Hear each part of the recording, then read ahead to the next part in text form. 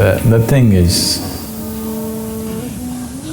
you need to understand this culture. Unfortunately, it's all been messed up and botched up. We are a godless country, we are a country without any morals. There's no morality in this country. We could live like this and really live well because there was a huge rise of consciousness. Everything could be looked at simply the way it is.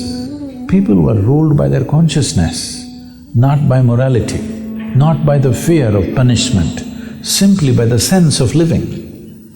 So because there was such a society, anything could be talked anywhere and there was no issue.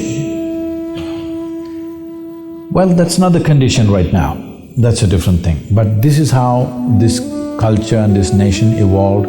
It took thousands of years of work to get this mass of people to that state.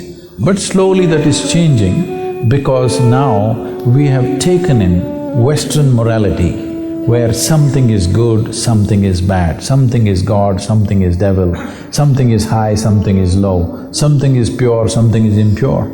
There was no such thing in this culture. We just saw life just the way it is. How much of what to do in your life is an individual choice. Because we clearly understood the nature of human mind, in this mind if you say something is bad, do not think about it, that will become the full-time job in the minds of your friends. But any mind, if you say, don't think about this, only that they will think. People who did not understand the nature of human mind brought morality into life. People who understood the mind the way it is, in this culture we never said anything is bad or good. We just said this is how it is. How much of what you do in your life is an individual choice. How much this person eats and how much that person eats is an individual choice. But now Western doctors are telling us, all of us eat so many calories. It's just rubbish. That's not how the way the body works. If you eat, let's say you eat 1 kilogram of food, same type of food, let's say the same nourishment. Both of you may be same body weight, maybe, let's say. Both of you same body weight, both of you eat 1 kilogram of food, it'll not go well. In one person, this food may go well. In another person, maybe only half a kilogram goes well and they'll still maintain weight. This is a fact. You try it and see, take 10 people and see, this is a fact. But now they're telling you, mass-producing everything, you know. Everybody must eat this many calories of food, only then you'll have this much energy. This is simplistic nonsense, especially when it comes to subjective dimensions of who you are. This morality of everybody must do this, everybody must do that, never worked. Different people's needs are different. And we have produced so many perverted human beings on the planet because we just said something is wrong and you should not think about it. If you just let it be, reproductive organs are a small part of who you are. But what should be in the reproductive organ has been very efficiently pushed up into the human head. Now sexuality is not happening in their bodies, it's happening in their head all the time. In your body, it's a natural process. In your head, it's a sickness. Yes? In your body,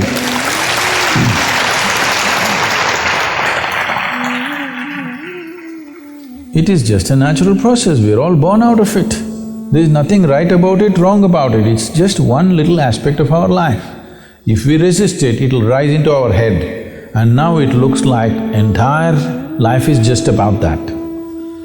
Today, I would say, tell me if I am exaggerating the percentage, today I would say 95% of human energy is either invested in sex or money.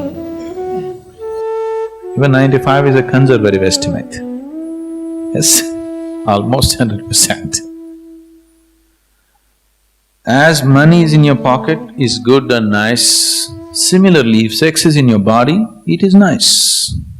But if it enters your head, it becomes a perversion. It's gotten into people's heads. It's not in their body, it's gotten into their heads. If it was in their body, it wouldn't be all the time.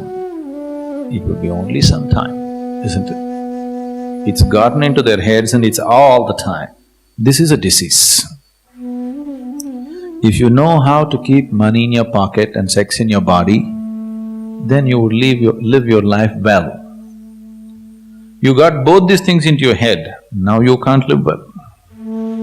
You live like a diseased person because it will rule you from inside and destroy you in many different ways. Everything beautiful about you will be taken away once money and sex enters your head, isn't it? Right now, do you see the whole world is painted either with money or sex? At least the civilized part of the world. Isn't it so? Everywhere you see, it's dripping with either money or sex. Just drive in Bombay city and see. Every advertisement, every magazine, every book, it's either dripping with money or sex, isn't it so? Now, these two things, if they fall into their natural places where they should be, they are not a problem. They are fine, they have their own beauty attached to it. But if you exaggerate it in your mind, then everything becomes ugly. So money has become a problem because you don't know where to keep it. Keep it in your pocket. It's a good thing. Yes or no? These are two small aspects of your life. One is about your survival, another is a certain aspect of your physiology, okay? It has become so big because somebody told you these two things are wrong. We never looked at it that way, so somebody wrote a text on that. What are all the different ways it happens? What are all the different types of bodies that people have? And compatibility of two different individuals, everything in explicit detail somebody wrote because they never thought… they're not looking at it like this, they did not think it's pornography, you understand? They're just describing life as it is. So today's eyes look at Kama Sutra as an authentication of pornography, okay? No, that's not what it is. They're just talking about it like they would have talked about anything. Because it's just one more thing. They did not think it's everything. They saw it as just one more thing, so they wrote it like that. So it's like your physics, chemistry textbook, just like that they wrote a sexual textbook. They didn't make much bones out of it. But now in today's world, now people are looking at it like it's some kind of a endorsement for all the perversions they have.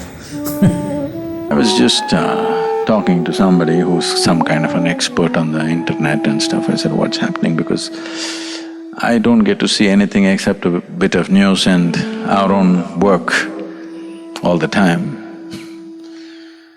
I never get to browse or see anything, so I was asking, what are people looking for, what is it? And he's saying it like it's a matter of fact. He's saying, Sadhguru, 70% is only pornography. 70% of the internet traffic is pornography. I don't know if this percentage is correct, but if it's anywhere near that, what's happened to us? When such a powerful medium that we can communicate with the entire world, don't we have anything better to say? I'm not trying to be moralistic and say this is wrong, that is wrong. But I'm saying, for the first time in the history of humanity, we have this capability that we can say something to the entire world in one shot. Never before this was even imaginable, isn't it? I want you to understand, you've just taken it for granted, your whatever Instagrams and WhatsApps and Twitters and emails, don't take it for granted. This is the first time that we can communicate to every human being on the planet. Is it not important? The highest possibilities get to them.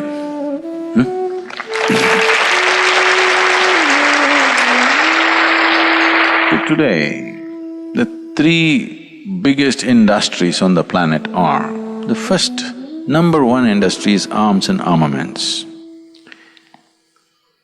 Number two is alcohol and tobacco put together. Number three is pharmaceuticals. This says everything about us, what kind of people we are, isn't it? And on the internet is pornography. We as a generation should not let this opportunity pass. We should not let these sex maniacs, child sellers to dominate this world. How can we allow people who sell children to do dirty things with them to dominate this planet? Tell me, we are allowing them to do it. We don't have to fight them, everybody thinks we have to fight. No, we have to overwhelm them with positive things.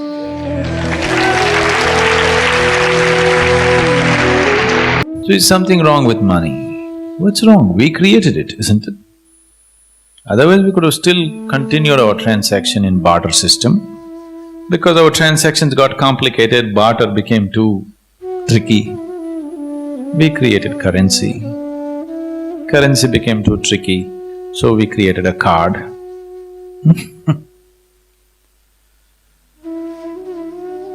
So, it is just a means. Is something right or wrong about it? Nothing right or wrong about it. If money is in your pocket, it makes your life easy and comfortable. Because you have some money in your pocket, you're sitting here today thinking of inner development and things. If you were in the slum with no money in your pocket, today you wouldn't be sitting here doing Shambhavi Mahamudra, isn't it? You would be just struggling to keep that house going, or building a boat to float inside your house. Something like that, isn't it? Because you got little money in your pocket, today you can sit here no matter it's raining. It's going to flood. If it floods, it's okay, we'll stay in the hotel. Because there's little money in your pocket, this much freedom, isn't it so? There's no money at all in your pocket, this wouldn't be possible. So nothing wrong with money. Money in your pocket is good. If it stays in the pocket, if it enters your head, it becomes a perversion. For most people, it's entered their head and it's become a perversion. Keep the money in your pocket, makes life easy and good. You can sit and meditate. Yes? If you have enough money that you don't have to work for your living tomorrow, you can just take off 1 month and just meditate, isn't it? Which the man who is struggling for money for tomorrow's food cannot do, even if he wishes to do. So money in the pocket is very good. Money in your head, that's a perversion which will destroy you. You must keep everything in its place.